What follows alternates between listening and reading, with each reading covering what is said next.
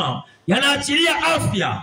Maneno ya Mungu yanaposemwa, pale lilipokaa giza, nuru inaingia. Kwa nini? Kwa sababu Yesu yeye mwenyewe ni nuru. Waliomo katika Yesu hawawezi kwenda tena gizani, kwa sababu nuru ya Kristo ikiwaka ndani ya maisha ya mtu, giza haliwezi tena.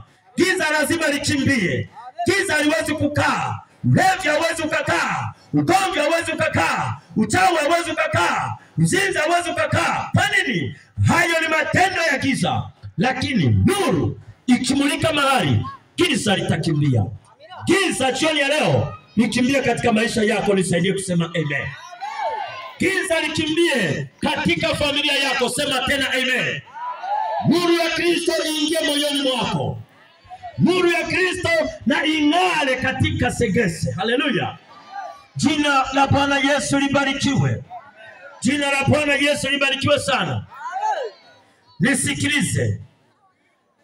Niende pole pole unisikie.